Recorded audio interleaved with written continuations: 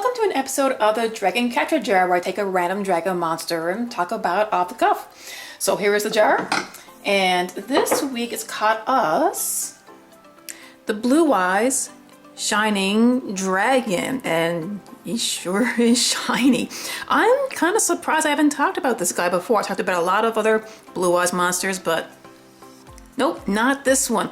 Now, of course, we all know where this one came from. This first debuted in the first Yu-Gi-Oh movie, and the funny thing about that is this card requires another card that was not released yet at the time. So really, the only way you can get this guy out must be special summoned from your hand by attributing one Blue Eyes Ultimate Dragon.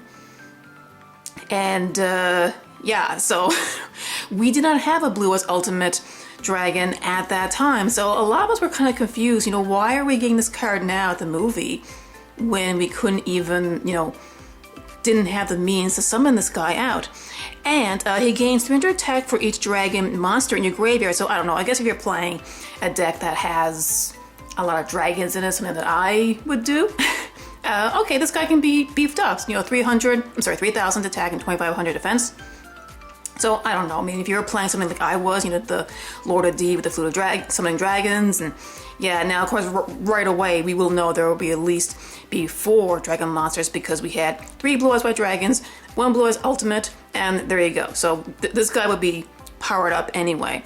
And yes, quick effect, you can, let's see, when a card or effect is activated that targets this card, you can negate the effect. So it's a quick effect. So I'm pretty sure this is errata. This is not the original card from the movie pack, just to let you know. It'd be worth a lot more. But no, basically it has the same kind of effect as the Lord of D, because Lord of D was a condition. As long as Lord of D was on the field, none of your dragons could be targeted by any effects. So this was the kind of card that had to be activated.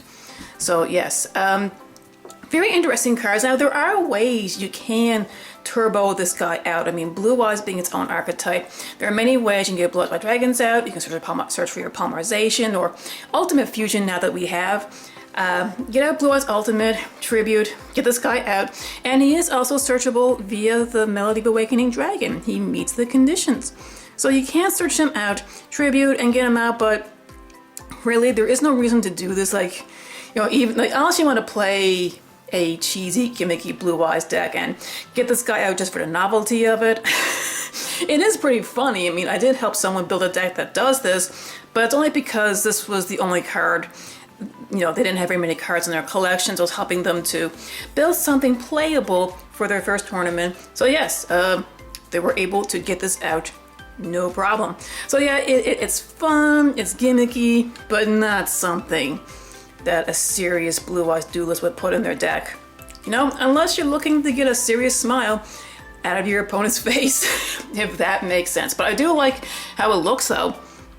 He is shiny, and he has a lot of the blue jewels, but 1, 2, 3, 4, 5, 6, I don't know, there's a lot of blue jewels in there. I guess just to emphasize the blue eyes, the blueness. It's a white dragon. Actually, it looks a little more like a machine when I think about it.